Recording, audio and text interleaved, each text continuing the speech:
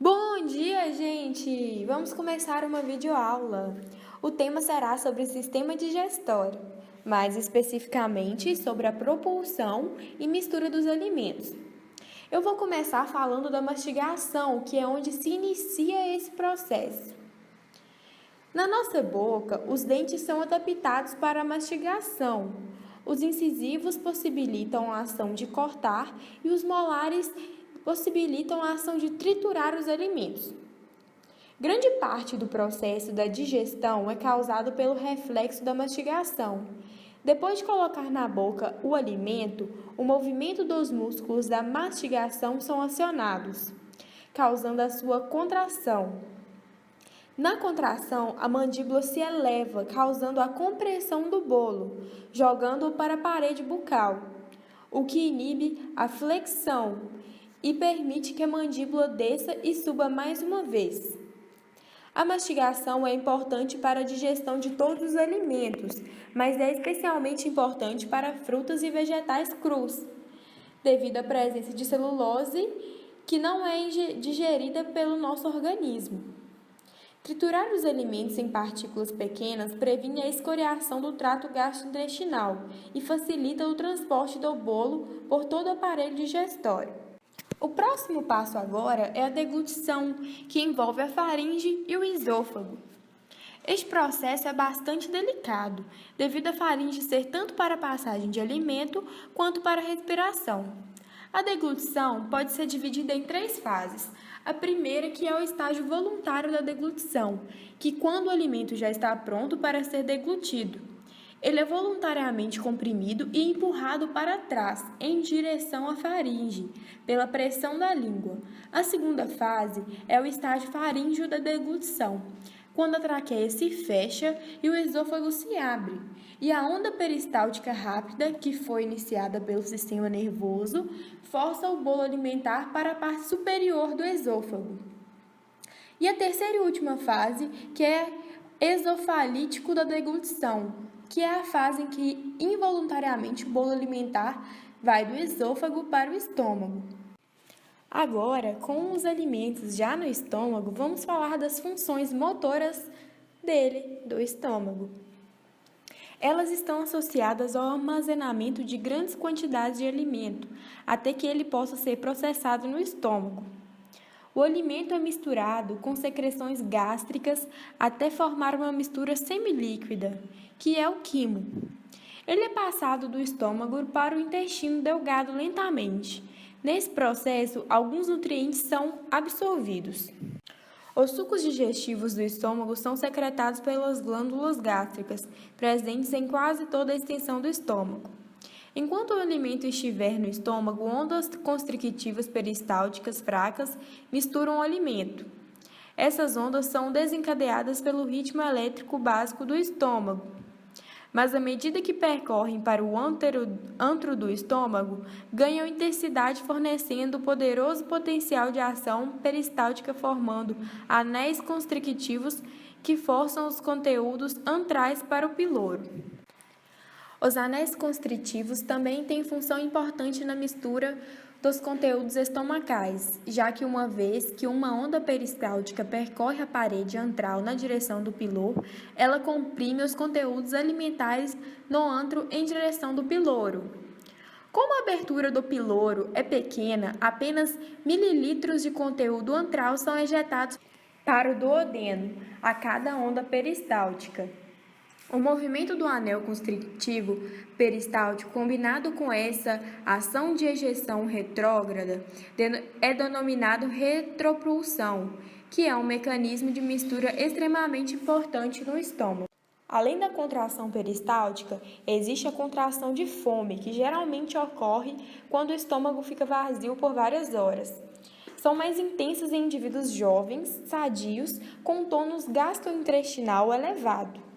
Quando ocorre a contração de fome no estômago, a pessoa sente uma leve dor. Essa dor é denominada pontadas de fome. Na maior parte do tempo, as contrações rítmicas do estômago são fracas e servem para misturar o alimento e as secreções gástricas. As contrações se tornam intensas começando na porção média do órgão e progredindo no sentido caudal, formando anéis de constrição que causam o esvaziamento do estômago. O volume de alimentos maior promove um maior esvaziamento estomacal, mas isso não ocorre pelo aumento da pressão de armazenagem de alimentos no estômago, mas sim porque a dilatação da parede estomacal desencadeia refluxos mioentéricos locais que acentuam bastante a atividade da bomba pilórica. O movimento do intestino delgado pode ser dividido em contrações de mistura e contrações propulsivas. A contração de misturas acontece quando a porção do intestino delgado é distendida pelo estiramento da parede intestinal que provoca contrações localizadas, causando segmentação do intestino delgado, ou seja, divide o intestino em segmentos. Quando essa série de segmentação se relaxa, outra se inicia, ocorrendo em outros pontos entre os anteriores contraídos. Assim, a contração de segmentação faz que ocorra a mistura do alimento com as secreções do intestino delgado. A frequência máxima dessa contração no intestino delgado é determinada pela frequência das ondas elétricas lentas na parede intestinal. Essa frequência fica extremamente fraca quando a atividade excitatória do sistema nervoso entérico é bloqueada pelo fármaco atropina. Assim, embora sejam as ondas lentas que causam as contrações de segmentação, elas não são efetivas sem a excitação do fundo do plexo nervoso mioentérico. A contração propulsiva impele o alimento ao longo do tubo. O quimo é impulsionado através do intestino delgado por ondas peristálticas. As contrações peristálticas no intestino delgado é bastante intensa após uma refeição. Isso se deve à entrada de quimo no duodeno, causando a distensão da sua parede. Além dos sinais nervosos, diversos hormônios afetam a peristalte, incluindo a gastrina, a insulina, a motilina e a serotonina, que intensificam a motilidade intestinal e são secretados em diversas fases do processamento alimentar. À medida que o quimo entra no intestino e provoca a peristalte, o processo distribui ele ao longo do intestino, e esse processo intensifica com a entrada de mais quimo do duodeno.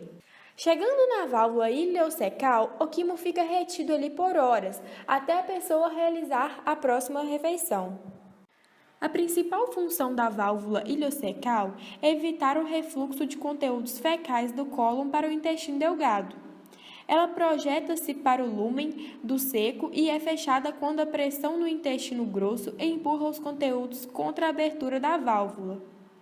Além disso, a parede do ilho tem uma musculatura circular espaçada, que se chama esfíncter ileocecal. Normalmente, é permanecida contraída e retarda o esvaziamento de conteúdos ileais no seco. O grau de contração do esfíncter ileocecal e a intensidade da peristalse são controlados pelos reflexos do seco, ou seja, quando o seco se estende, a contração do esfíncter ileocecal se intensifica e a peristalse ileal é inibida, o que retarda o esvaziamento do quimo do ilho para o seco. Além disso, qualquer irritação no seco retarda o esvaziamento. Os reflexos do seco para o esfíncter ileocecal e o ilho são mediados tanto pelo plexo mioentérico na parede do trato intestinal, como pelos nervos autônomos extrínsecos, especialmente por meio dos gânglios simpáticos pré-vertebrais. Vamos falar do movimento de mistura que acontece no cólon. Como ocorrem os movimentos de segmentação do intestino delgado, grandes constrições também ocorrem no intestino grosso. A cada uma dessas constrições, 2,5 centímetros de músculo circular se contrai, podendo constringir o lúmen do cólon até quase a oclusão.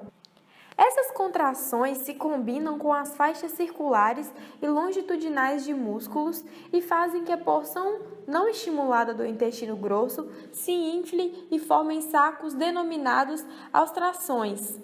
E elas atingem a intensidade máxima em cerca de 30 segundos e somem aproximadamente 60 segundos depois.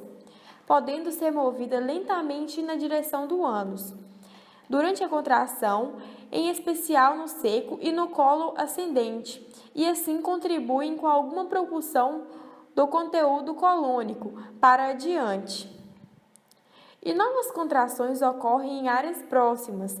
Dessa forma, o material fecal é lentamente revolvido e exposto à superfície da mucosa do intestino grosso, para que os líquidos e as substâncias dissolvidas sejam absorvidas. A sequência de movimentos é a seguinte: um anel construtivo ocorre, e em resposta à distensão ou irritação em algum ponto do colo. Então, rapidamente, as austrações desaparecem, causando a contração do segmento como unidade, impulsionando o material fecal para as áreas mais adiantes do colo.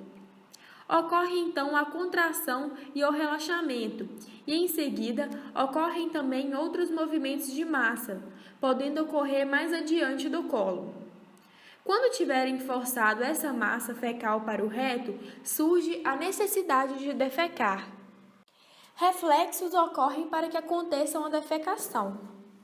Quando as fezes entram no reto, a distensão da parede retal desencadeia sinais aferentes, que se propagam pelo plexo mioentérico, dando início às ondas peristálticas no colo descendente, empurrando as fezes em direção ao reto.